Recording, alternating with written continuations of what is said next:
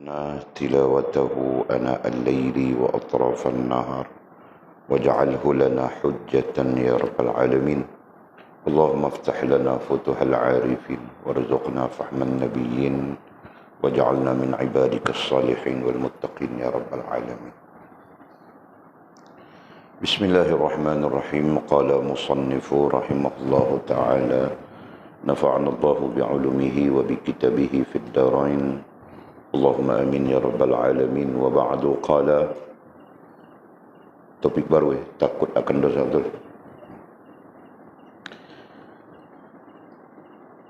Wa ba'du qala musannifu rahimahullahu ta'ala, perasaan yang paling agung, perasaan yang paling agung adalah ketakutan kepada Allah Subhanahu wa ta'ala. Takut akan seksaan dan kekuasaannya, serta waspada terhadap azab, murka dan penyiksaannya. Allah Subhanahu wa ta'ala berfirman, a'udzubillahi minasyaitonir rajim, falyahdharil ladzina yukhalifuna an amrihi an tusibahum fitnatun aw yusibahum azabun alim. Oleh itu, hendaklah mereka yang mengingkari perintahnya beringat serta berjaga-jaga, jangan mereka ditimpa bala bencana atau ditimpa azab siksa yang tidak terperi sakitnya. Surah An-Nur ayat 63. Diriwayatkan bahawa Rasulullah SAW menemui seorang anak muda yang sedang menjelang ajalnya. Baginda bertanya, bagaimana engkau mendapati dirimu? Anak muda itu menjawab, aku berharap kepada Allah Subhanahu wa ta'ala, ya Rasulullah, dan aku takut akan dosa-dosaku. Baginda pun bersabda, keduanya tidak berkumpul pada hati seorang hamba di tempat ini, melainkan Allah Subhanahu wa ta'ala memberinya apa yang ia harapkan dan menenteramkan hatinya dan menenteramkan dari apa yang ia takutkan. Wahab Ibn al-Ward mengatakan bahawa Nabi Isa alaihissalam pernah berkata, cinta akan Firdaus dan takut akan Jahannam mewariskan kesabaran dalam menjalani musibah serta menjauhkan hamba daripada kelazatan dunia, syahwat dan kemaksiatan. Rasulullah SAW bertanya kepada para sahabatnya, apakah kamu mendengar apa yang saya dengar? Langit bersuara dan haknya untuk bersuara. Demi zat yang diriku dalam kekuasaannya, tidak ada di situ satu tempat selebar 4 jari, melainkan malaikat bersujud kepada Allah Subhanahu wa ta'ala, berdiri dan ruku. Kalau kamu tahu apa yang aku tahu, apa yang aku ketahui, nescaya kamu sedikit ketawa dan banyak menangis. Nescaya kamu keluar atau naik ke atas gunung-gunung. Nescaya kamu berlari menuju Allah Subhanahu wa ta'ala kerana takut akan seksa dan hukumannya yang keras. Dalam As-Sahihain ditulis hadis yang berbunyi, Rasulullah SAW bangkit ketika turun kepadanya ayat, dan berilah peringatan kepada keluargamu yang terdekat. Surah Asy-Syu'ara ayat 214. Lalu baginda bersabda, wahai orang-orang Quraisy, tebuslah diri kamu dari Allah. Cukuplah bagiku Allah Subhanahu wa ta'ala. Aku tidak berhajat kepada kamu sedikit pun. Wahai Bani Abdul Manaf, cukuplah bagiku Allah Subhanahu wa ta'ala. Aku tidak berhajat kepada kamu sedikit pun. Wahai Abbas, bapa saudara Rasulullah, cukuplah bagiku Allah Subhanahu wa taala. Aku tidak berhajat kepada anda sedikit pun. Wahai Safiyah, ibu saudara Rasulullah, cukuplah bagiku Allah, tidak berhajat kepada anda sedikit pun. Wahai Fatimah putri Muhammad, mintalah kepadaku dari hartaku yang kau mahu. Cukuplah bagiku Allah Subhanahu wa taala. Aku tidak berhajat kepadamu sedikit pun. Sayyidatina Aisyah radhiyallahu taala anha pernah bertanya kepada Nabi Muhammad sallallahu alaihi wasallam, "Ya Rasulullah, demi orang-orang yang diberi sesuatu yang seharusnya diterima oleh mereka, sementara hati mereka takut, sesungguhnya mereka telah kembali kepada Tuhan mereka. Ya Rasulullah, dialah orang yang berzina, mencuri dan meminum arak, tetapi ia takut kepada Allah." Baginda menjawab, "Wahai putri Abu Bakar As-Siddiq, tetapi ia juga berpuasa, bersedekah dan takut tidak diterima amalannya." Riwayat Imam Ahmad. Seseorang bertanya kepada Hasan Al-Basri, "Abu Sa'id, bagaimana kami harus bersikap di hadapan majlis suatu kaum yang berbicara kepada kami tentang harapan, yakni raja', sehingga hampir-hampir hati kami terbang?" Ia menjawab, "Demi Allah, anda berkumpul dengan suatu kaum yang membuat anda takut, tetapi kemudian anda merasa aman adalah lebih baik bagi anda daripada menyertai kaum-kaum yang membuat anda aman, tetapi kemudian anda ditimpa rasa takut." Kemudian kata musannif, kata ketika Sayyidina Umar ibn Khattab. Nah, kita masuk lagi tajuk baru, dan tajuk atau topik baru ini terkait dengan subtopik ilmu, subtopik ilmu lagi, masih subtopik ilmu, dengan topik dasarnya adalah syukur kepada Allah Subhanahu wa taala. Ya, seperti itu disebut pada hari yang lalu, panjang topik ilmu ini, panjang. Sesuai dengan banyaknya ilmu, sesuai dengan keperluan manusia. Ya, seperti mana kita sebutkan, ilmu terkait manusia itu 60%, terkait agama 25%. Nah, terkait dengan terkait dengan Allah Subhanahu wa taala cuma sedikit saja. Lebihan daripada 60-25% sudah berapa persen? 85% sudah kan? Nah, 15% saja terkait Allah SWT. Nah, jadi musannif melalui perspektif kitab ini langsung maupun tidak langsung sedang mengajar kita pengajaran terkait dengan ilmu diri kita 60%, ya. Nah, berhubung dengan ilmu Allah SWT 15%. Nah, jadi dia sedang menghubungkan kita melalui ilmu ini, menghubungkan kita dengan Allah Subhanahu wa taala melalui sifat-sifat yang telah kita bincangkan. Nah, sampai sekarang pun kita masih lagi bercakap. Mungkin saja hubungan takut dengan dosa, ya. Nah, seolah-olah musannif mau menyatakan kepada kita, ya, konsep hubungan diri, ya, kemudian takut, kemudian dosa. Nah, seolah-olah begitu, ya, diri, kemudian bagaimana diri ini nanti berhubung dengan takut, dan bagaimana takut itu mungkin menyelamatkan kita daripada dosa, betul kan? Nah, ataupun kalau tidak takut di sini berani, ya. Nah, lawan daripada takut adalah berani, diri kita berani, nah, dosa. Jadi konsep, ya, hubungan sampai terjadi atau tidak terjadinya dosa terhadap Allah, terhadap agama, terhadap diri kita sendiri. Nah, ini yang musannif cuba mengenengahkan melalui topik ini, ya. Kaedah musannif tidak disebut kepada kita secara langsung, Tetapi berdasarkan kepada pembacaan kita teks tadi, musannif mengenengahkan isu bagaimana diri kita boleh tersangkut dengan dosa. Nah itu. Okey. Nah, jadi boleh saja kita memberikan pencerahan pada topik takut akan dosa itu dengan pencerahan yang lebih bagus kita sebutkan tadi ya.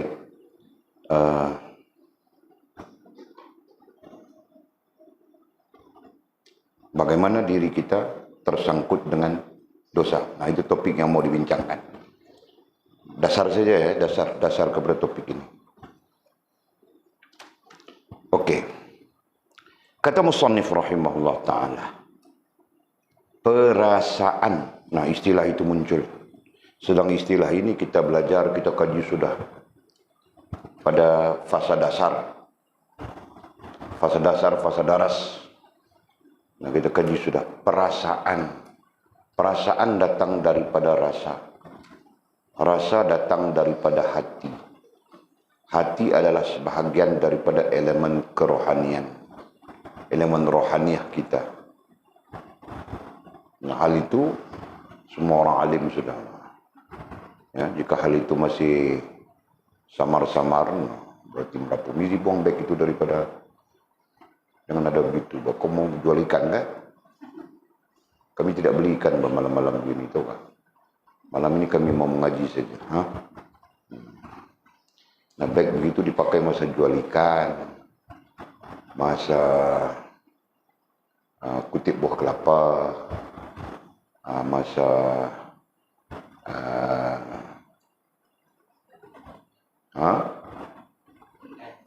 pekan,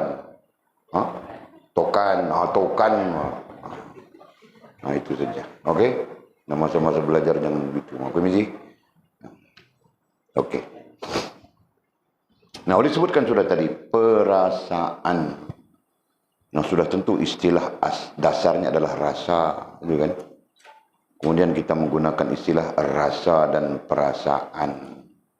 Nah sekarang kamu orang nampak saja. Jika tidak belajar dasarnya itu hari, kelang kabut saja. Paham kami sih? Nah sekarang kata musannif, perasaan yang paling agung. Paling agung, sebahagian yang lain mengatakan paling bagus, paling mulia, paling baik. Ada yang menafsirkan begitu. Rasa dan perasaan yang paling baik.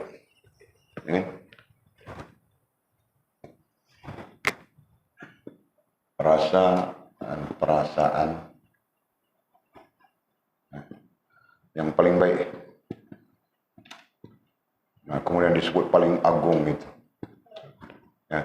Nah, sekarang kita apa ya? Kita menyukat, kita belajar menyukat, mengukur rasa dan perasaan. Seolah-olah hanya gitu. Ya betul kan? Kita perlu belajar, kita perlu tahu mengukur rasa dan perasaan kita kan?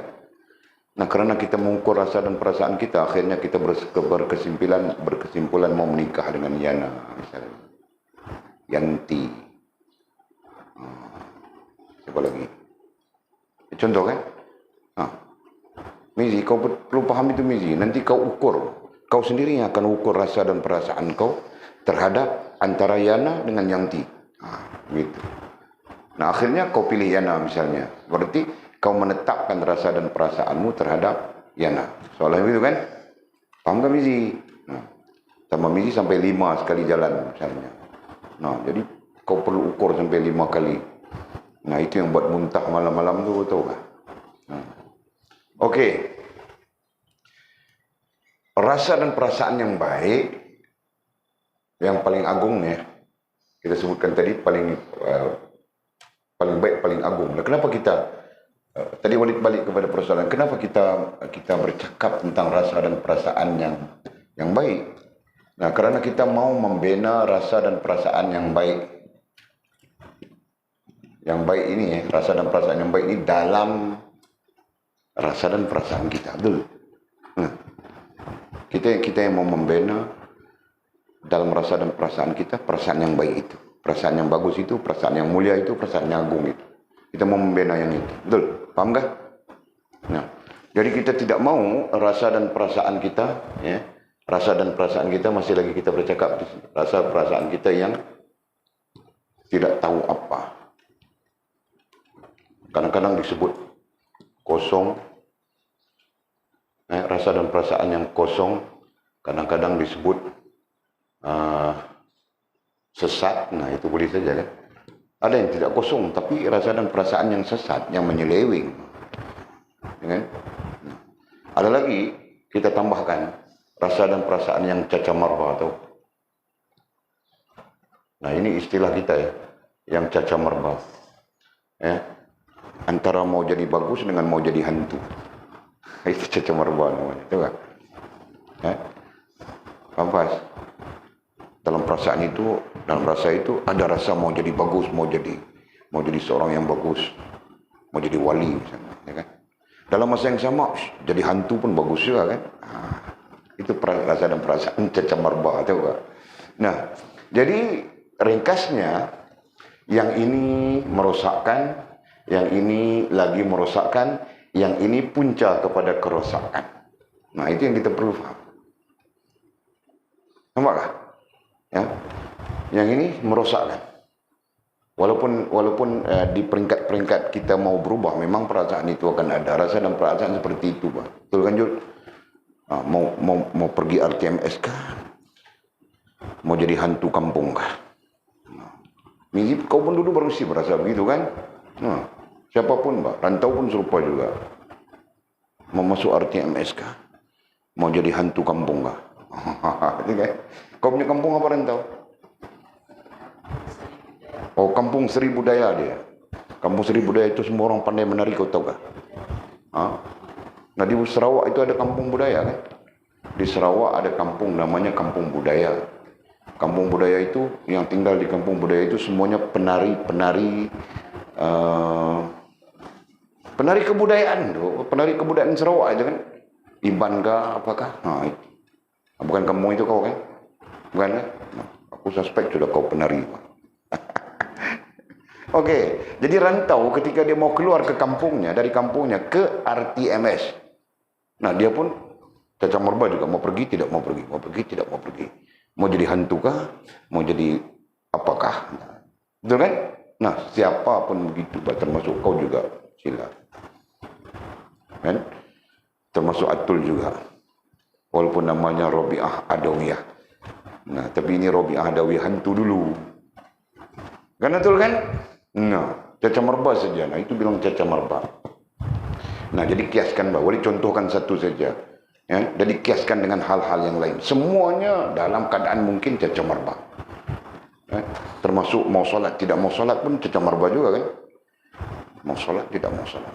Tidak solat lah. Gitu jadi. Nah, kadang dia rasa perlu solat, kadang dia rasa tidak perlu, dan sebagainya. Ini semua caca marba. Sebab itu boleh disebutkan, rasa dan perasaan ini adalah salah. Tidak boleh pakai itu. Nah, kita kasih dia pen merah di situ.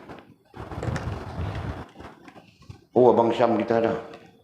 Bang Syam, Abang Mek kita duduk tengah ni. Jangan duduk tepi-tepi, kita tak nampak ni nak tulis ni. Kita mengaji betul-betul. Kita jadi driver lori yang alim. Kita jadi driver backhoe yang alim. Apa masalah? Betul kan? Tak ada masalah. Okey. Yang ini kita sebutkan sebagai caca marba. Nah, siapa-siapa yang berada di keadaan ini perlu berhati-hati. Seringkali yang menang dalam keadaan rasa dan perasaan yang caca marba ini adalah nafsumu. Betul kan? Ya kan? Seringkali yang menang dalam rasa dan perasaan yang caca marba ini adalah nafsu kita. Nah, kalau cenderung tidak solat, tidak mau solat, nah nanti tidak mau solat itu yang menang, nafsu yang menang. Kita tinggalkan solat. Dan lain-lain. Oke? Nah, yang kedua sesat. Rasa dan perasaan yang sesat. Yang sesat ini sampai-sampai menyalahi Allah Subhanahu wa taala dan Rasul, menyalahi Allah dan agama. Kan? Cenderung dia yang diharamkan oleh Allah, dia cenderung untuk menghalalkan. Kan? Nah, dating sebelum nikah itu tidak boleh. Dia cenderung menghalalkan cinta Islamik. Pandai saja dia mereka-reka kan. Jadi kerana dia mau menghalalkan perkara itu, nah dikaitkan dengan cinta Islamik. Itu kan. Nah, bila ada Islamik di ujung berarti lulus sudah. Mana mungkin begitu, Pak? Itu sesat namanya. Ya kan? Paham sila. Nah, tidak ada dating-dating. Tidak ada cinta Islamik. Melainkan selepas menikah, itu kan? Nah, lepas menikah baru ada cinta Islamik. Paham nggak? Nah, okey. Terus. Nah, ini antara contoh ya, sesat. Rasa dan perasaan yang sesat. Rasa dan perasaan yang sesat ini lazimnya menafikan Allah, menafikan agama. Nah, yang ini kita sebut tadi sudah ya. Yang ini, yang ketiga, caca marba ini dia masih lagi terikat. Rasa dan perasaannya terikat juga dengan agama. Tapi dia kadang dia lebih memenangkan hawa nafsunya. Ya kan? Manakala yang sesat ini, rasa dan perasaan yang sesat ini lazimnya, boleh sebut lazimnya ialah meninggalkan Allah, meninggalkan agama. Itu kelaziman. Okey? Nah, lagi kosong. Ini Walid berdasarkan kepada fakta psikologi ya. Nah, Walid belajar psikologi, Walid belajar tasawuf. Nah, hakikatnya sama saja. Istilah psikologi itu diberatkan kepada barat. Dan barat pun membincangkan hal yang sama. Padahal hal ini dibincangkan oleh tasawuf Islam sejak berzaman sudah. Nah, kosong. Kosong ini berada di antara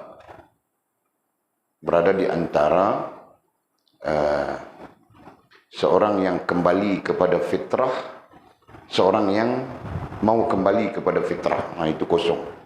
Ya kan? Kalau dia tidak kembali kepada fitrah, dia mungkin terjebak dengan hal ini. Ketika dia di posisi ini ya, mau kembali kepada fitrah, ya, mau kembali kepada rasa dan perasaan yang benar, yang betul. Nah, disitulah kosong. Ya kan? Kadang disebut jiwa kosong. Nah, itu istilah yang diungkapkan dalam dunia moden dan mungkin juga dunia akademik. Ketika dia berada di posisi ini, berarti dia terisi, jiwanya terisi dengan sesat dan atau caca merbak. Tetapi ketika dia mau berangkat pindah daripada posisi 2 dan 3 kepada rasa dan perasaan yang baik, betul, benar, mulia, agung dan sebagainya, nah ketika itulah perasaannya menjadi kosong. Yang dalam kaedah Imam Ghazali, Walid pernah cerita sudah ke Murang. Disinilah bermulanya konsep tahalli, tajalli. Ya.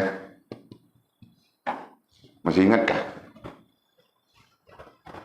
Kau ingatkah Fas? Yang wajar itu? Nah, kau pun caca marba juga. Karena itulah, apabila rasa dan perasaan itu caca marba, mau belajarkah? Mau menikahkah? Belajarkah? Mau menikahkah? Mau belajarkah?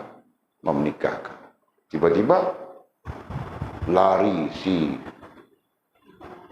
Anjung itu lari, suaminya itu lari. Nah, kan? Nah, itulah konsepnya. Kan? Nah, nanti kita hubungkan saja. Takhali berarti mengosongkan. Takhali berarti mengosongkan rasa dan perasaan kita daripada pengaruh apapun selain Allah Subhanahu wa taala dan Rasul, selain Allah dan agama. Tahalli berarti mengisi rasa dan perasaan kita dengan sesuatu yang menghubungkan kita dengan Allah Subhanahu wa taala dan Rasul. Tajalli melihat kepada implikasi daripada hubungan dengan Allah Subhanahu wa taala dan Rasul. Nah, sempatkah kamu orang tulis? Nah, itu belajar sudah, aku cerita sudah itu hari. Notanya mungkin buat bungkus belacan sudah semua orang. Ada nota kah? Nah, jadi kalau ada nota berarti ada. Takhalli mengosongkan rasa dan perasaan, ya, mengosongkan. Nah, itu istilah kosong boleh tulis kan? Mengosongkan rasa dan perasaan kita daripada sesuatu yang tidak menghubungkan kita dengan Allah Subhanahu wa taala. Ini dirujuk kepada Imam Ghazali rahimahullah taala. Ya, kita kebetulan membaca kitab mursyid kita Maulana Mursyid Hujatul Islam Abu Hamid Al-Ghazali rahimahullah ta'ala. Nah, kita merujuk terus. Takhalli adalah satu proses. Begitu bahasa akademiknya kan. Satu proses mengosongkan rasa dan perasaan kita daripada sesuatu yang tidak berhubung dengan Allah dan agama. Nah, kita buang. Dia tidak berhubung dengan Allah, tidak berhubung dengan agama, kita buang. Jangan kasih ada di dalam hati kita. Jangan kasih ada dalam rasa dan perasaan kita. Buang. Campak di tengah laut, campak di dalam paya, campak di dalam longkang. Kan? Mau campak di jamban pun boleh. Nah, proses kedua dipanggil takhalli. Takhalli, betul ke spellingnya? Tahalli, tahalli.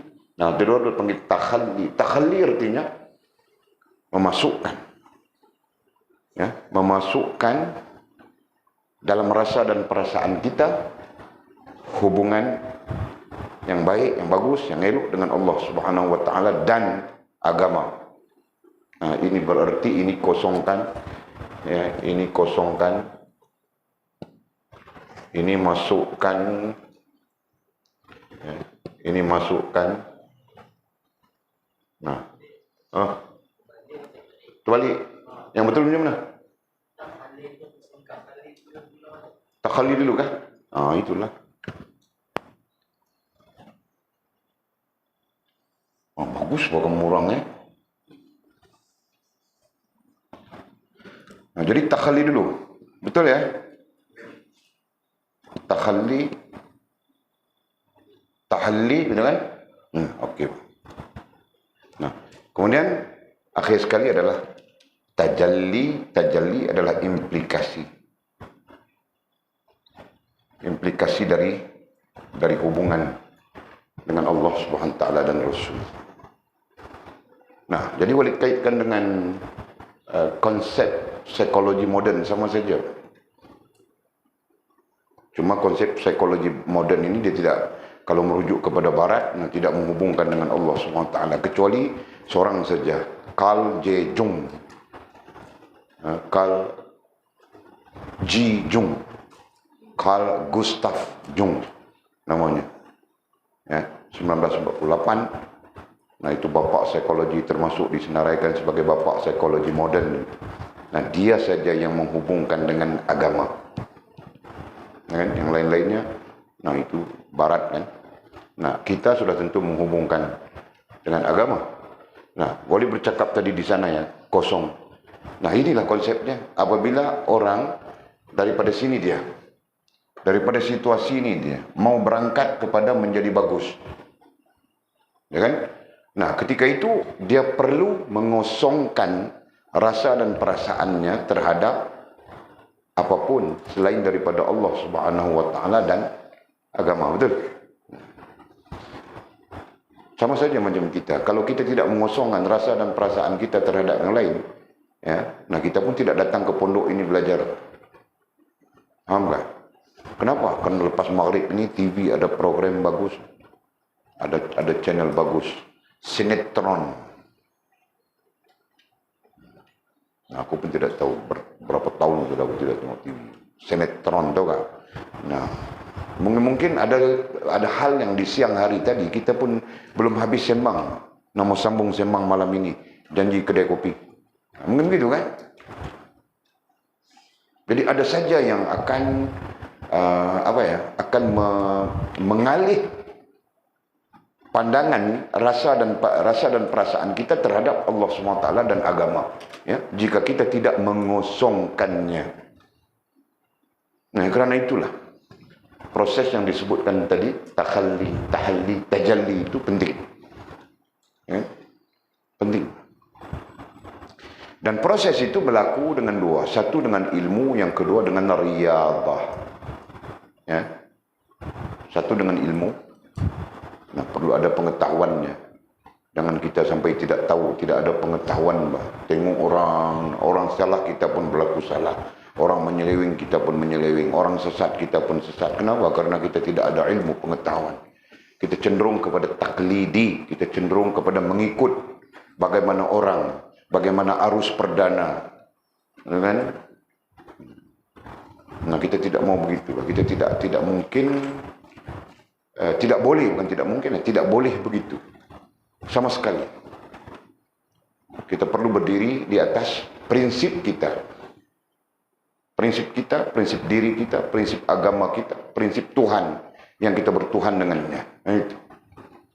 Kan? Nah, jelas. Jadi, kita pun kosongkan.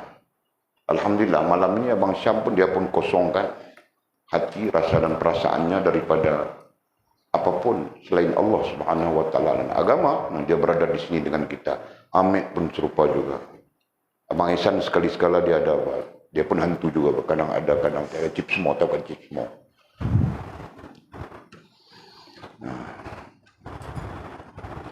Nah, jadi begitulah ya.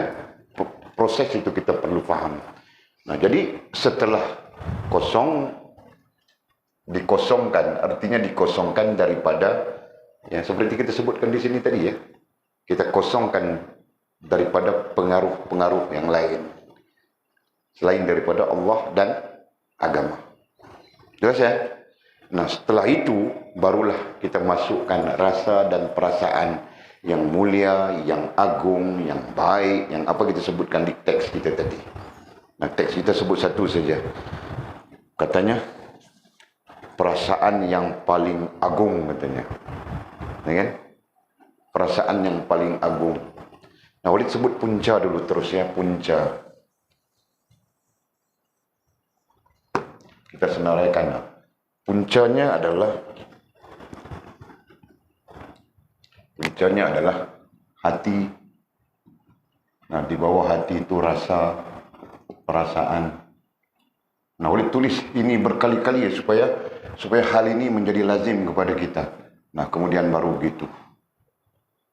Jadi kita perlu memasukkan di dalam rasa dan perasaan kita tadi apa? Baik, betul, benar. Baik, betul, benar.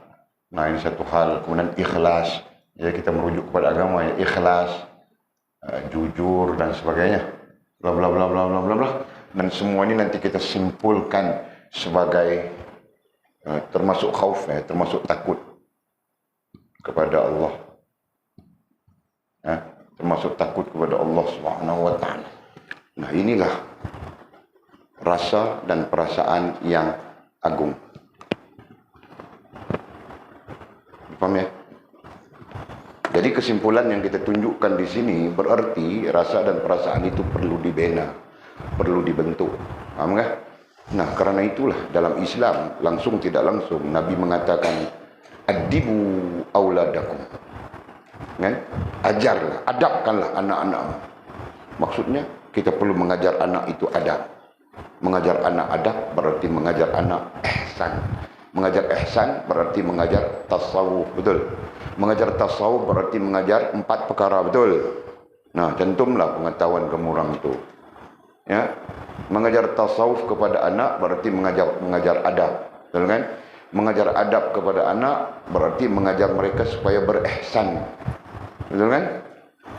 Jelas ya? Nah, ilmunya tasawuf. Nah, kau mengajar tasawuf kepada anak berarti kau mengajar berapa? 4 perkara. Sebut misi, kasih kuat-kuat suara jantan. Kau duduk tepi Amet pun nanti suara perempuan Amet cium kau nanti.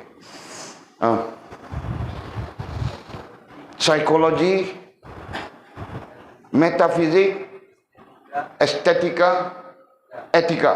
Nah, estetika itu apa?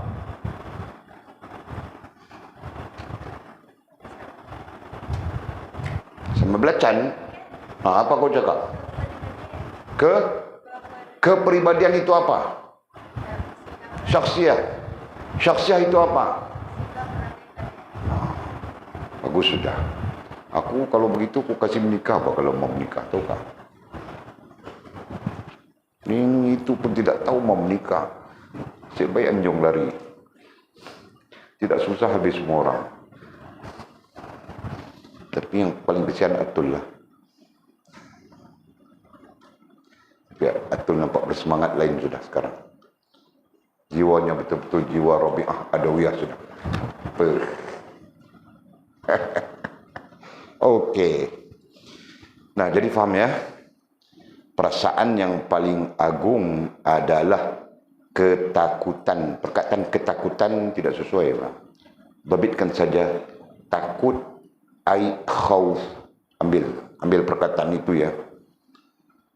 Bukan ketakutan, takut saja. Ini penterjemah yang meletakkan ini. Ketakutan itu isim apa? Isim maf'ul, isim fa'il ya. Tidak sesuai diterjemahkan dengan isim fa'il di sini. Ketakutan itu, ya kan? Takut lain, orang yang takut itu lain, betul. Orang yang takut itu isim maf'ul. Itu bezanya itu. Sedang ketakutan itu adalah sense, adalah rasa yang datang daripada si orang yang takut itu, betul. Itulah ketakutan.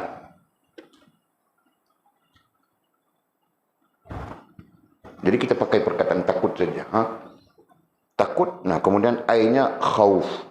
Nah itu terkait dengan istilah yang kita belajar dan bagian daripada 9 sifat rohaniah mukmin itu. Okey.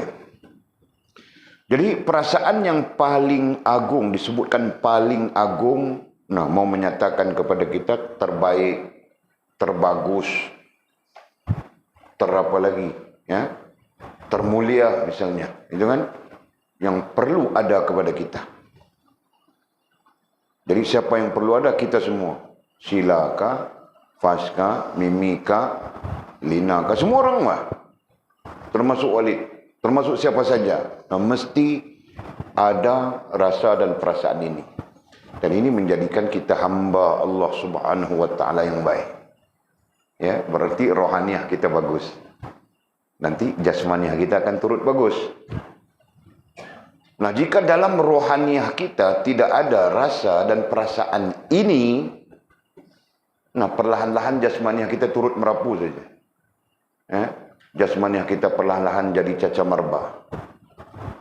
Jasmaniah kita perlahan-lahan jadi sesat. Betul kan? Boleh nampak tak hal ini? Perlahan-lahan jadi cacat marba. Lama perlahan-lahan jadi sesat. Sesatnya di mana? Nah, tidak mau sembahyang sudah. Sesat sudah. Ya. Tidak mau solat, tidak mau solat lah, itu yang terutama kan. Sebab solat itu adalah ukuran perbezaan antara mukmin dengan kafir. Nah, itu menurut hadis Nabi SAW. Kan? Orang mukmin, nah dia solat, dia tidak meninggalkan solat. Berarti dia solat. Nah, cerita dia tertidur, dia terapa itu cerita lain kan. Dia menerima solat itu. Itu.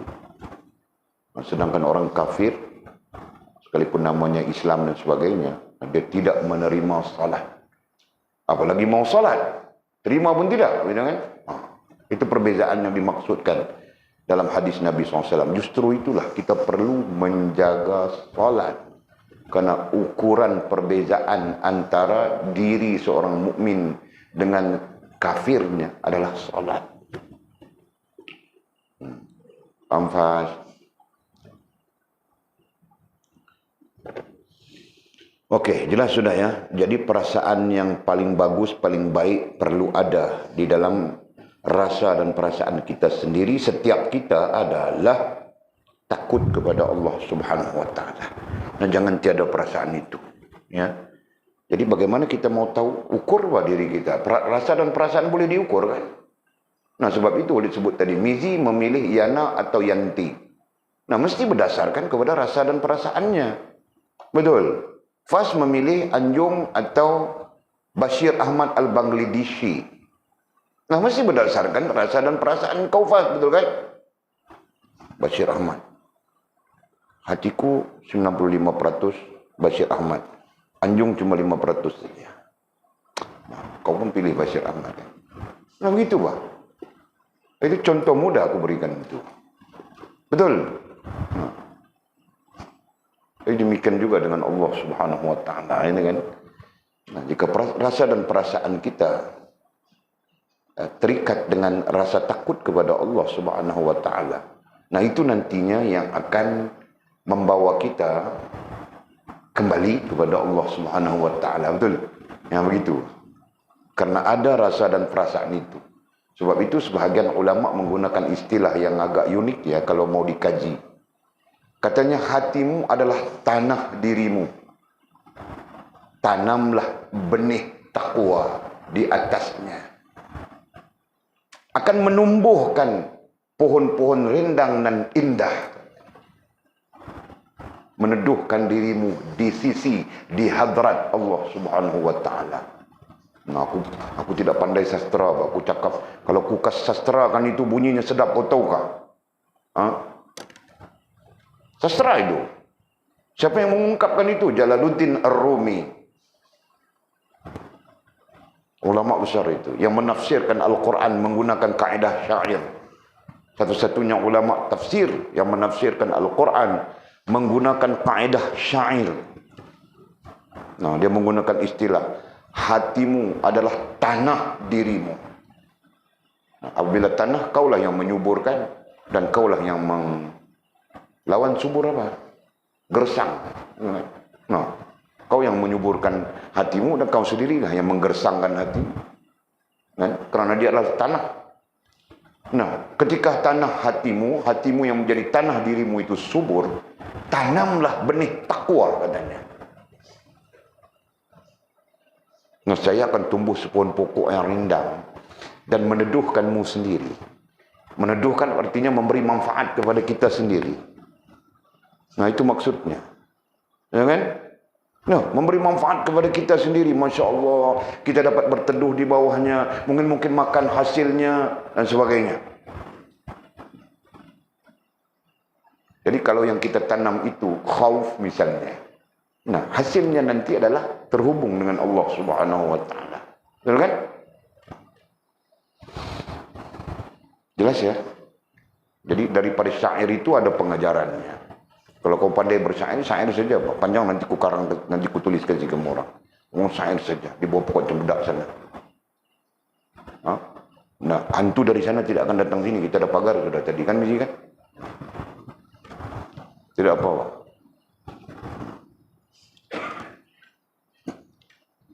Sedap kan bunyi kan? Betul. Hatimu adalah tanah begitu. Dan hampir kebanyakan ulama dalam mengungkapkan tasawuf falsafi, tasawuf di tahap ketiga. Nah, mereka menggunakan istilah-istilah itu. Antaranya ialah Suhrawardi dalam Awariful Ma'arif. Ini syekh besar dalam tasawuf Islam. Waliullah. Nah, mereka mengungkapkan begitu. Suhrawardi Awariful Ma'arif. Ada kan? Kita ada kitab itu rasanya. Ada. Nanti turun dalam perpustakaan semua.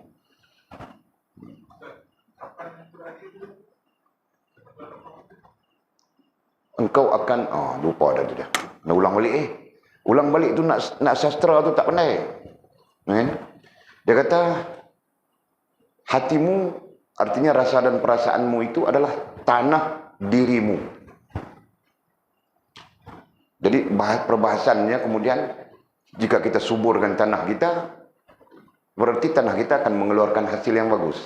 Hati kita. Atau kita yang menggersangkan tanah kita itu.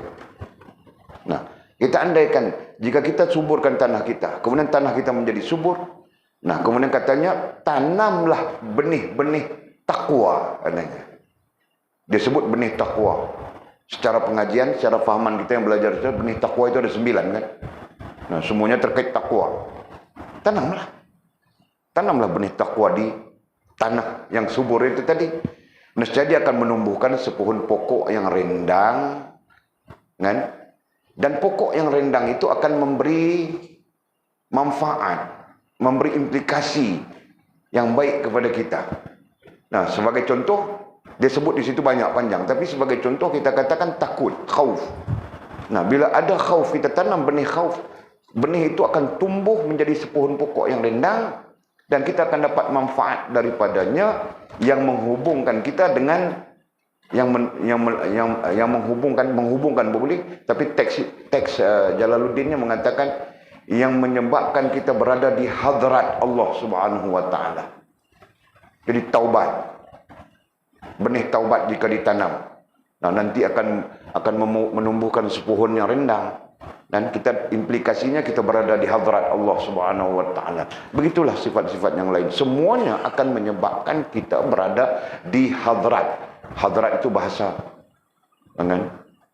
Hadrat itu bahasa bagi menunjukkan kemuliaan. Kita akan berada di posisi yang mulia. Nah, begitu. Masya Allah, betul. Kalau kita semua orang sastra, syok lah mengaji Jalaluddin Ar-Rumi. Tapi kalau kita tak sastra, tak boleh, kita pening. Kita nanti jadi pening. Oh, jangan. Okey. Nah, jadi kemudian boleh katakan tadi, kemudian ulama-ulama yang cenderung kepada tasawuf falsafi. Nah, itu Walid, kamu orang belajar sudah di awal dulu ya, ada 3 tasawuf ya. Kau sebut Dina, pertama apa? Ya, yang kedua? Yang ketiga? Nah, amali itu, irfani itu apa maknanya?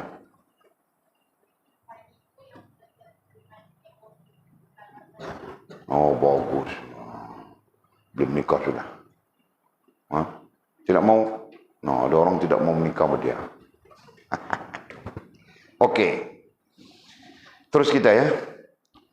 Takut akan seksaan dan kekuasaannya. Nah, mungkin timbul di sana apa yang kita perlu takut.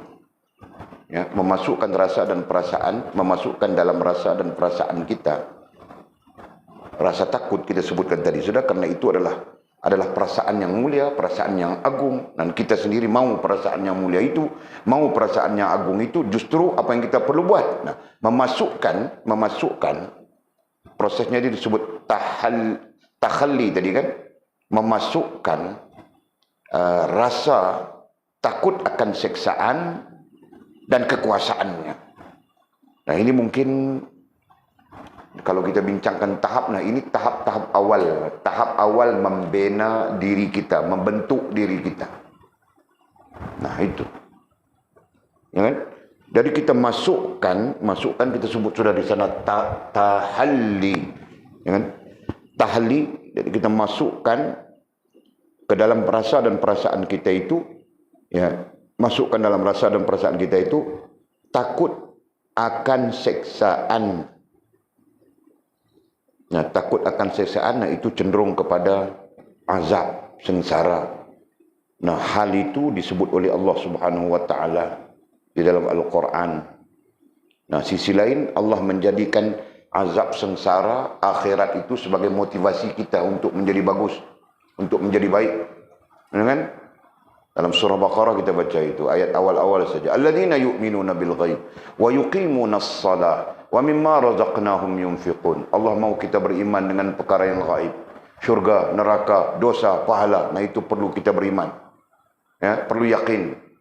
Nah, kemudian wa yuqimunas shalah, kemudian mendirikan salat, jangan tidak mendirikan salat.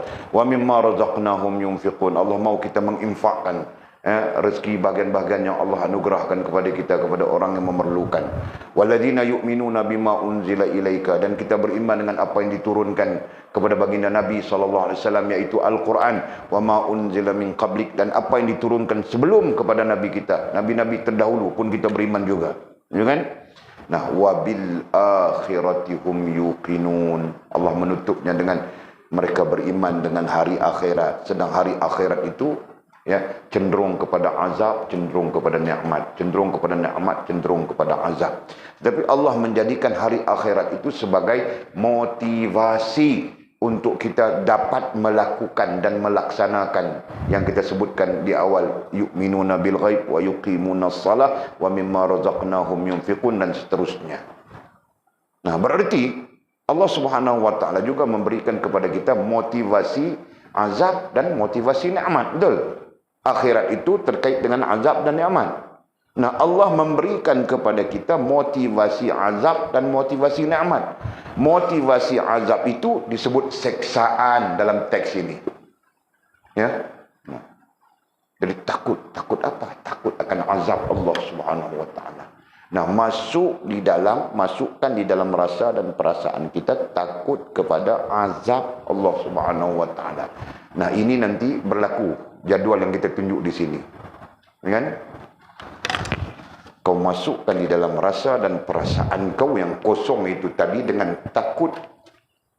Ya, takut kepada menjadi dosa, dan nanti kau selamat.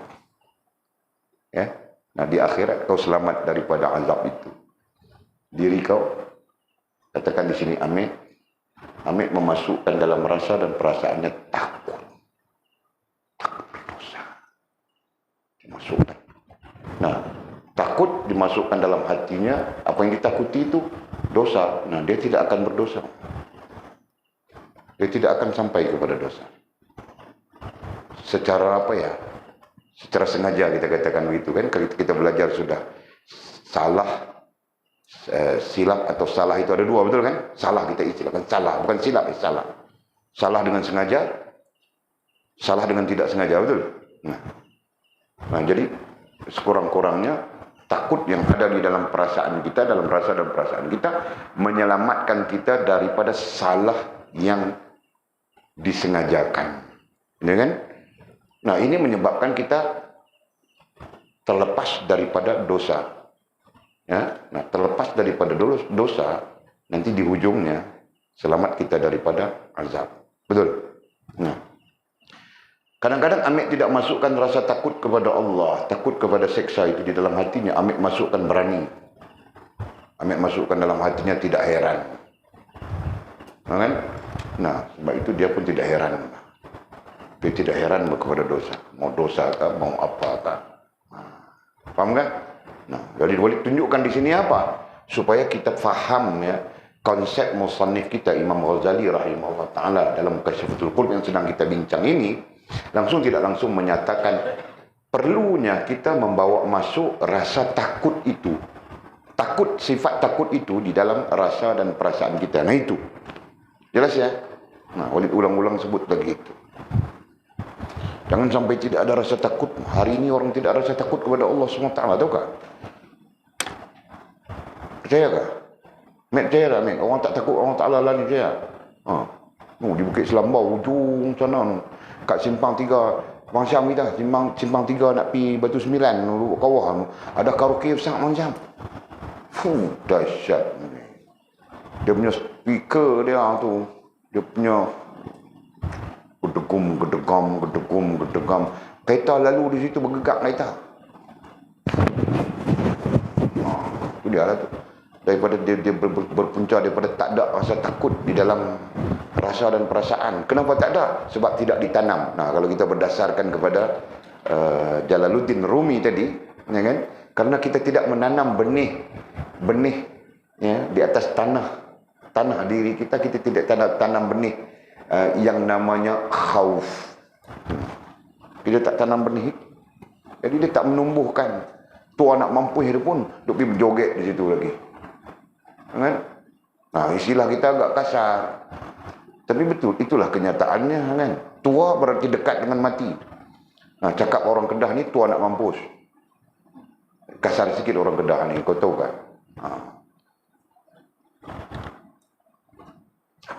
Tua nak mampus. Kan? Joget lagi. Kan? Maklum di rumah, makcik di rumah minta, bang, duit sikit nak beli gula. Kau makan gula kah? Nah, dia marah. Yang dia guna untuk pergi berjoget itu tidak apa. Ini penyakit. Allah, Masya Allah. Okey. Jadi masukkan di dalam rasa dan perasaan kita. Nah, kalau tidak tahu menyebut rasa dan perasaan atau payah menyebutkan rasa dan perasaan, sebut saja hati. Ya kan? Nah, itu peringkat dasar itu disebut hati saja. Masukkan ke dalam hati kita itu rasa takut akan seksaan azab Allah Subhanahu wa taala. Masukkan itu. Jangan kita tidak masukkan itu. Nah, apabila kita tidak masukkan itu, kita seperti kosong. Nah, mungkin caca marba. Tahu tak? Keadaan kita, jiwa kita nanti kosong atau caca marba. Lebih buruk daripada itu, sesat.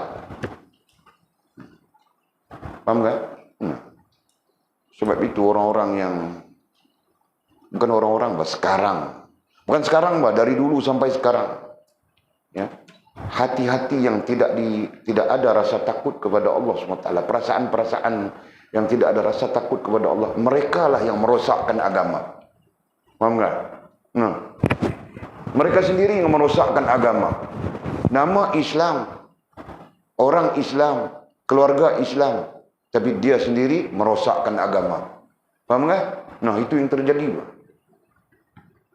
Sangat tidak wajar orang yang beragama Islam tapi dia merosakkan agama Islam. Betul kan?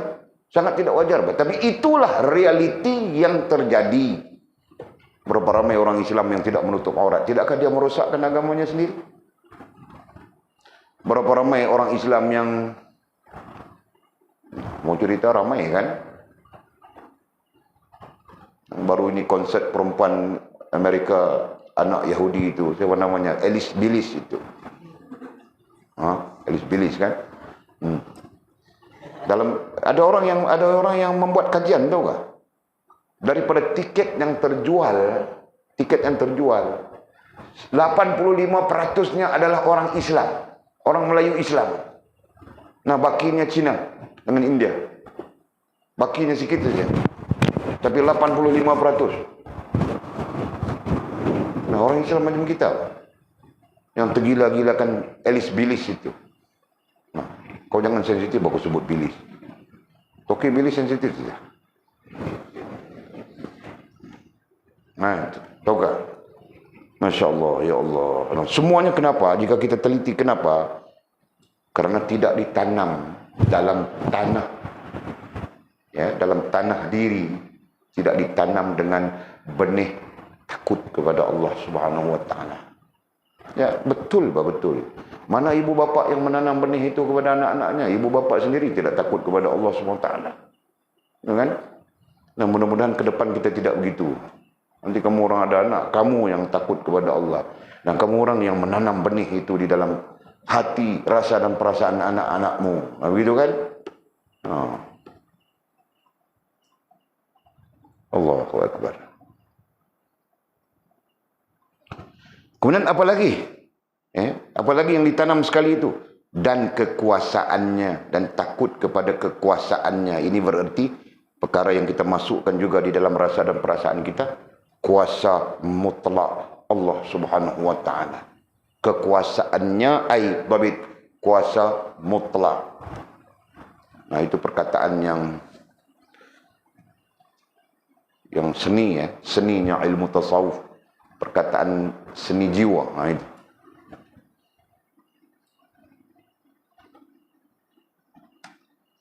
Nah, masukkan dalam rasa dan perasaan kita, Allah Subhanahu Wa Taala kuasanya mutlak sempurna. Kalau disebut dalam bahasa Arab, al-qudrah kamilah. Itu qudrat yang sempurna, qudrat yang maha sempurna. Nah, terjemahan kita adalah Allah mempunyai kuasa yang sempurna. Ya, jika dia mau azab kau kerana kau bermaksiat kepadanya, dia mau azab. Nah, dia mengatakan kau jadi gila. Gila kau. Tidak perlu kita cari ubat cucuk, injection kasih kau bermakan kena ubat tu kau pun perlahan gila, tidak perlu. Nah, demikian kuasanya Allah SWT. Kenapa? Idza arada syai'an an yaqula lahu kun fayakun. Nah, itu gambaran Allah SWT maha berkuasa, maha mutlak berkuasa dia. Idza arada syai'an an yaqula lahu kun fayakun.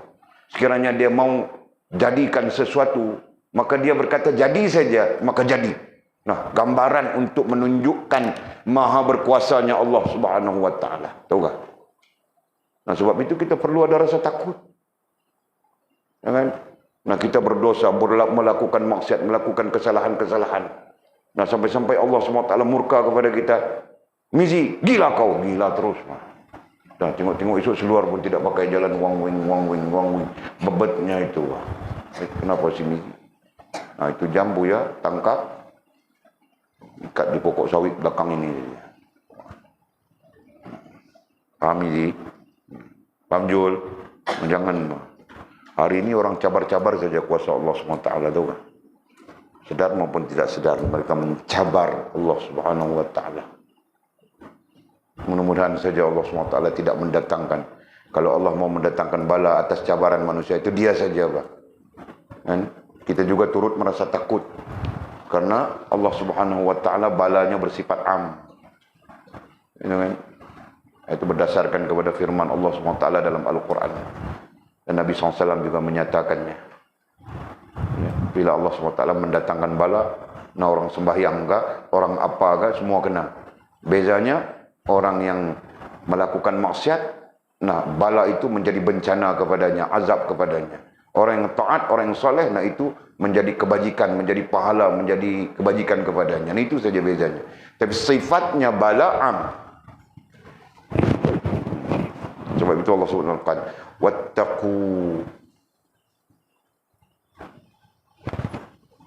Mana bunyinya? La tusibanna alladhina zalamu minkum khassah. Itu ayatnya kan? Mana bunyi? La tusibanna alladhina zalamu minkum khassah. Takutlah olehmu. Apa ayatnya? Lupa saja. Nah Allah suruh kita takut tentang bala itu. Ayat itu tentang bala. Di mana bila Allah mendatangkan bala itu, nah tidak ditentukan kepada orang zalim secara khusus, semuanya akan kena. Nah kita takut itu. Apalagi ketika ini banyak saja manusia yang mencabar-cabar Allah Subhanahu wa taala. Nah kita tidak mau jadi begitu. Oleh itu, apa perasaan yang perlu ditanam di dalam hati kita? Nah yang kita perlu tanam adalah mutlak kudrat Allah Subhanahu wa taala. Mutlak sempurna kuasa Allah Subhanahu wa taala. Nah itu yang perlu ditanam. Jelas ya? Oke. Paham? Dapat apa ya? Surah apa ayat lah? Wattaqu fitnatan. Nah, bunyinya begitu. Tadi tercari-cari saja. Itulah. Wattaqu fitnatan la tusibanna alladhina zalamu minkum khassah wa'lamu anna Allah asyadidul iqab. Nah, itu ayat itu cukup takut bunyinya. Wattaqu fitnatan, takutlah olehmu bencana. Fitnatan di situ diterjemahkan dengan bala, bencana, azab. La tusibanna alladhina zalamu minkum khassah, yang mana tidak didatangkan, ya, tidak dimusibahkan hanya kepada orang-orang zalim di kalangan kamu. Nah, orang-orang zalim itulah yang mencabar Allah Subhanahu wa taala secara khusus. Itu peringatan. Innallaha syadidul iqab. Sesungguhnya Allah Subhanahu wa taala itu sangat pedih. Syadid bersangatan, syadidul iqab bersangatan, iqab artinya pedih. Nah, jadi Allah memberi amaran kepada kita itu, jaga. Kan? Nah, persoalannya kenapa wujudnya tidak heran kepada Allah Subhanahu wa taala. Jadi ada dua keadaan di situ. Nombor satu, dia tidak pernah ada rasa takut kepada kesempurnaan kuasa Allah SWT mutlak. Nombor dua, dia tidak pernah ada rasa takut kepada azab Allah SWT. Nah, itu puncanya. Jelas ya? Jadi kalau kita pun tidak tanam itu, kita pun nantinya tidak akan rasa takut kepada azab Allah SWT. Tidak akan ada rasa takut kepada kuasa Allah SWT yang maha sempurna. Tidak akan ada. Nah, timbulnya apa? Timbulnya tidak hairan. Nah, tidak hairan itulah menjadikan kita berani melawan Allah, berani bercanggah dengan agama Allah SWT. Berani melawan Allah, berani melawan agama. Berani bercanggah dengan Allah, berani bercanggah dengan agama. Berani bermaksiat kepada Allah, berani bermaksiat kepada agama. menyebabkan kita berani apapun dalam bentuk bercanggah dengan Allah dan Rasul ataupun agama. Nah, itu semuanya berpunca daripada dalam hati kita tidak ada rasa takut kepada azab dan tidak ada rasa takut kepada kesempurnaan kuasa Allah Subhanahu wa taala. Demikian. Nah, kerana itulah kita perlu kita sebutkan memasukkan takhalli, memasukkan apa yang kita mau masukkan, rasa itu tadi yang kita istilahkan sebagai benih takwa. Kan? Nah, itu kita rujuk juga perkataan Jalaluddin Ar-Rumi. Benih takwa, bukan satu, bukan khauf saja. Nah, dari 1 sampai 9. Nah, perlu kita masukkan. Walaupun yang kita bincangkan ini tentang khauf, tentang takut itu saja. Allah, Masya Allah. Nah, nanti anakmu masukkan. Nanti cucumu masukkan. Betul kan? Cucuku masukkan. Dalam rasa dan perasaannya. Betul kan? Bina, bentuk. Jangan biar dia pun jadi semua macam semua orang. Datang bilis ini dia pun mau lompat pergi sana sama. Rusak semuanya. Kan? Okey. Serta katanya, serta waspada. Nah, ini rentetan daripada yang kita sebut tadi. Kita sebut sudah sebelumnya. Serta waspada, ai berjaga-jaga. Waspada. Nah, kadang-kadang diterjemahkan dengan berjaga-jaga. Ada yang menerjemahkan waspada itu dengan alert. Alert. Apa makna alert? PK, ya kan? Serta waspada PK terhadap azab. Itu yang kita maksudkan tadi. Disebut sudah itu. Mau buat salah, takut dengan azab Allah. Mau buat maksiat, takut dengan azab Allah Subhanahu wa taala. Ya. Mau buat sesuatu yang zalim, takut dengan kuasa Allah Subhanahu wa taala yang maha sempurna. Nah, takut itu. Nah, itu yang nanti menyelamatkan. Allah, Masya Allah. Sekarang mana ada, Pak? Sekarang ibu-ibu pun yang ditanam kepada anak-anaknya itu TikTok. Betul kan? Yang ditanamkan kepada anak-anak itu TikTok.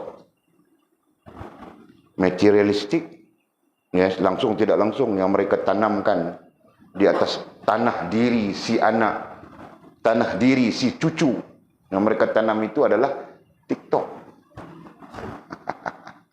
Nah, bagaimana? Nenek pun begitu juga. Nenek-nenek semuanya kan.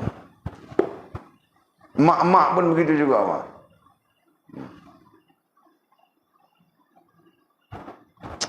Allah, Masya Allah. Nah, akhirnya keluarlah cucu-cucu yang pandai bertiktok. Anak-anak yang pandai bertiktok.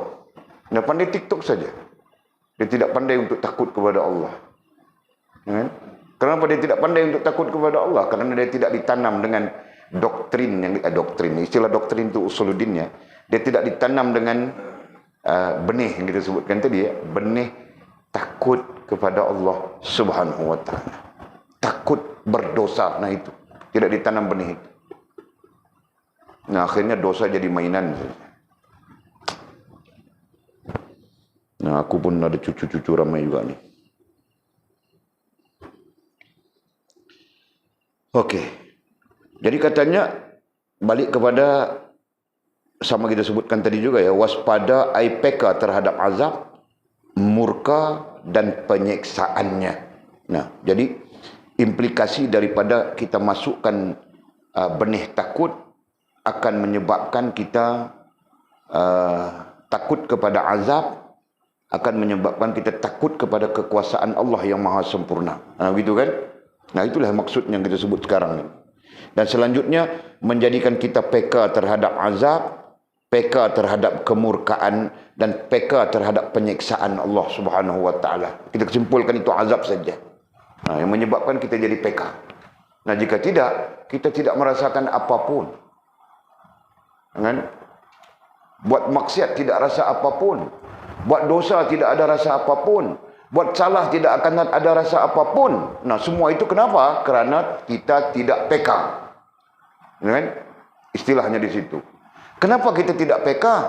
Karena tanah diri kita, yaitu hati kita gersang, kering, kontang. Kan? Nah begitu. Sampai-sampai tidak menumbuhkan. Nah ini jika kau tanam, jika ditanam tidak menumbuhkan. Kan? Mungkin begitu, mungkin itu kemungkinan saja. Atau tanah hati kau itu subur tapi kau tidak tanam benih takut kepada Allah Subhanahu wa taala. Nah itu yang tidak ditanam. Maka jika kau tidak menanamnya, maka mana mungkin ada hasilnya. Kalau begitu benar kata Jalaluddin Arumi yang kita sebutkan tadi. Kita sendiri yang tidak menanam benih takut kepada Allah. Mana mungkin kita dapat berteduh di bawah sepohon pokok yang rendang. Namanya pohon pokok itu takut kepada Allah SWT. Mana mungkin kita dapat implikasi daripada pohon yang rendang itu. Nah mungkin begitu kan? Betul. Jadi konsep itu sangat-sangat benar. Allah. Musannif mendatangkan firman Allah Subhanahu wa taala. A'udzubillahi minasyaitonir rajim. Falyahdharil ladzina yukhalifuna an amrihi an tusibahum fitnatun aw yusibahum azabun alim. Masya-Allah. Ayat ini sangat-sangat warning. Termasuk dalam kategori ayat tazkirah. Nah, maksudnya oleh itu hendaklah mereka yang mengingkari perintahnya. Ya, oleh itu hendaklah mereka yang mengingkari perintahnya. Mengingkari perintah ada di dalam agama, betul? Nah, mengingkari perintah berarti mengingkari agama. Nah, contoh mengingkari agama, tidak menerima solat sebagai contoh. Kan? Nah, tidak menerima puasa Ramadan tahun sekali saja, sebulan. Tidak terima dia. Ramadan saja masuk hutan kelapa sawit. Tin Milo berlari. Itu kan. Dulu plastik hitam, sekarang plastik lain pula kot. Plastik basah berlari. Itu kan. Masya Allah. Ya, tidak menerima zakat, tidak menerima. Itu saja istilahnya. Allah, itulah mengingkari. Mengingkari perintahnya. Perintahnya itu terjemahan daripada syariatnya. Ya kan? Perintahnya perintah itu umum kan? Nah, kita sebutkan perintah itu syariat.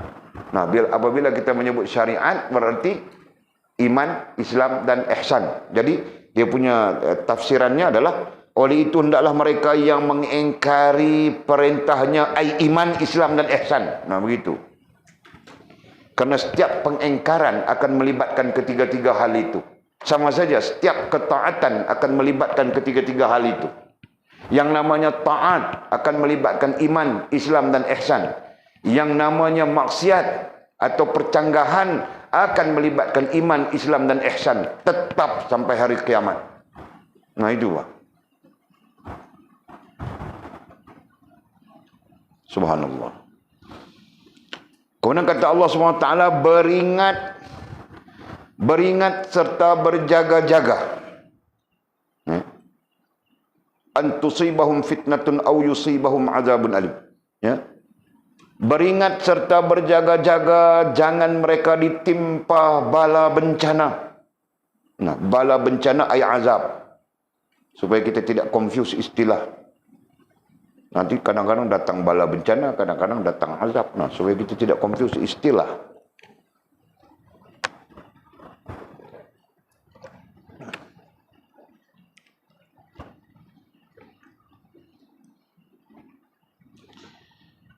Beringat serta berjaga-jaga. Nah, itu waspada tadi ya. Beringat serta berjaga-jaga itu yang kita sebut waspada. Dan kemudian kita terjemahkan dengan PK. Jangan mereka ditimpa bala bencana. Atau ditimpa azab seksa. Nah, ada juga perkataannya. Atau ditimpa azab seksa. yang tidak terperi sakitnya.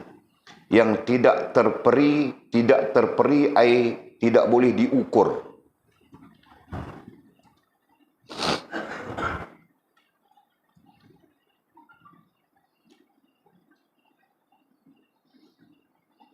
Nah, itu maksud, nanti kamu orang tertanya, apa itu terperi, apa itu terperi?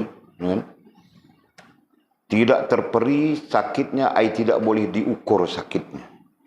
Nah, sehingga kemudian kita mengatakan, tidak tahu mau menyatakan bagaimana. Itu. Allah. Surah An-Nur ayat 63. Nah, ini bagian daripada tazkirah. Ya. Nah, Allah mengingatkan kita. Jadi jaga, takut kan? Takut mah. Kita mana ada daya, mana ada upaya ketika Allah nanti mendatangkan kepada kita bencana. Mana kita ada daya, upaya mau mengelak daripada bencana itu kan? Allah boleh datangkan saja, tahu kan? Orang-orang yang suka berzina, Allah cabut talurnya. Bagaimana? Boleh kan? Orang-orang yang suka minum arak, Allah pecahkan perutnya. Allah boleh buat apa yang dia mau buat. Tahu kan? Kita melihat dan mengandaikan apa yang di depan mata kita saja. Padahal Allah boleh buat lebih hebat, lebih dahsyat daripada itu. Nah, Allah buat tsunami saja, kita mati akal sudah mau pikir kan. Jepun buat boya namanya. Ya? Nah, boya itu pun kadang-kadang tsunami datang dulu baru dia bagi amaran. Kan? Baca satu artikel, boya paling canggih dibuat oleh Jepun. Boya itu adalah alat amaran tsunami paling canggih dibuat di Jepun. Dia boleh mengesan pergerakan pergerakan air tsunami di bawah 3.000 meter berapa? 3.000 meter ke 300 meter? 3.000 meter kot. Dia boleh mengesan pergerakan bumi, pergerakan di bawah air tu 300 ke 3.000. Mana munasabah? Berarti kedalaman tu dia boleh kesan. Tahu tak? Nah, dia di atas, boya itu berada di atas permukaan air. Nah, dia punya apa ya? Dia panggil apa? Dia punya sensornya itu ditenggelamkan bawah, boleh 3.000 meter kah 300 meter, aku pun tidak ingat lah baca itu. Nah, berarti dia boleh kesan, kita kata 3.000 meter kan, boleh kan, 3.000 meter 3 kilometer. Nah, itu kedalaman laut yang biasa saja 3 kilometer itu. Tahu tak? Nah, dia boleh kesan. Tiba-tiba datang tsunami berlaku sudah, baru boya kasih tahu. Baru boya itu kasih tahu tsunami. Kena sudah. Faham kah? Sepatutnya boya itu dibuat supaya sebelum tsunami datang dia kesan sudah dia tahu. Ini berarti air di bawah itu lalu begitu kuat, boyanya tidak boleh kesan. Faham kah? Masya Allah. La haula wa la quwata illa billah. Itulah. Allah SWT Maha Kuasa. Nah, Jepun pening. Dia orang mau buat buaya yang baru, kaji buaya baru, macam mana mau buat buaya yang baru, boleh kesan. Sekarang tidak boleh kesan. Allah boleh mendatangkan ya, satu banjir besar di tanah Arab, di gurun pasir yang tidak pernah terfikir boleh jadi banjir. Nah, sekarang terjadi sekarang sedang terjadi banjir di timur tengah sana. Tahukah? Iran banjir, Saudi banjir, Qatar, Arab itu sekitar Jazirah Arab itu banjir semuanya sekarang. Padang pasir itu air macam sungai saja melimpah padang pasir. Mana pernah jadi padang pasir begitu? Nah, Allah boleh buat apa yang Dia mau. La haula wa la quwata illa billahil aliyyil azim. Yakinlah, percayalah, kita tidak ada kekuatan apapun. Sebab itu kembalilah kepada Allah Subhanahu wa taala. Ya. Nah, cara mau kembali secara tidak langsung, kita belajar cara mau kembali kepada Allah. Antaranya adalah memasukkan di dalam hati kita perasaan dan perasaan kita takut kepada Allah Subhanahu wa taala. Nah, bayangkan jika kita ada anak, anak kita dalam rasa dan perasaannya ada takut kepada Allah. Kita tidak perlu bimbang bah kemanapun dia pergi. Betul kan, Jul? Jika kita ada anak perempuan, dalam rasa dan perasaannya tidak ditanam rasa takut kepada Allah. Dia keluar ke pekan itu pun kita bimbang sudah. Betul kan? Nah, paham tak? Nah, dia berada di sekitar ayahnya, di sekitar tempat persekitarannya, dia pakai niqab. Dia keluar dari luar dari persekitaran ayahnya, dia buang semua niqab. Nah, itu anakku Izati. Kan? Dia pakai biasa saja, pakai tudung biasa saja.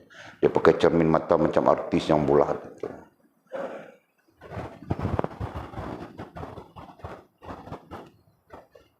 Paham tak? Nah, aku cerita saja, itu persekitaran kita. Tahu tak? Betapa pentingnya rasa dan perasaan takut kepada Allah Subhanahu wa taala. Ya, kita bercakap dalam hal yang agak terbuka. Ini termasuk kita, termasuk siapapun. Ya. Nah, itu. Jelas ya? Kita berhenti di situ, kemudian kata musannif, diriwayatkan bahwa Rasulullah sallallahu alaihi wasallam, Allahu a'lam.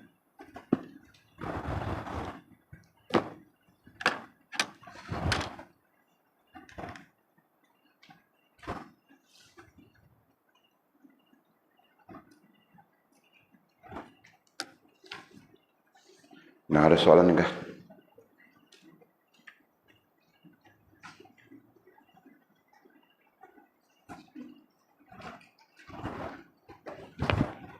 Sudah. Bismillahirrahmanirrahim. Alhamdulillahirabbil alamin wassalatu wassalamu ala asyrofil mursalin sayyidina wa maulana Muhammad wa ala alihi wa sahbihi ajma'in. Allahumma iftah lana futuhal 'arifin warzuqna fahman nabiyyin waj'alna min 'ibadika as-salihin. Allahumma ihdinas siratal mustaqim siratal ladzina an'ama Allahu minan nabiyyin was-siddiqin wasyuhada'i was-salihin. Allahumma rabbana iftah bainana